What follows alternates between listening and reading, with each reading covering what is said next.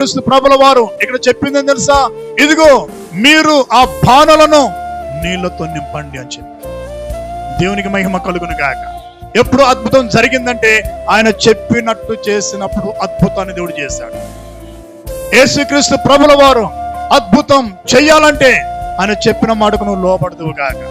అని నీతో ఏమి చెబుతాడో అది చెయ్యాలి. ఆ టైంలో నీకు కష్టమైన, నష్టమైన, బాధ వచ్చిన, బలహీనతన, ఎంతమంది ఎన్ననుకున్నా సరే ఆయన చెప్పిందే చెయ్యుదురుగాక.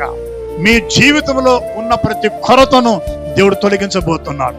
ఆ విందు ప్రధాని అద్భుతం చూడలేక ఆశ్చర్యపడుగా చూస్తున్నాం. ఎంతో గొప్ప అద్భుతం.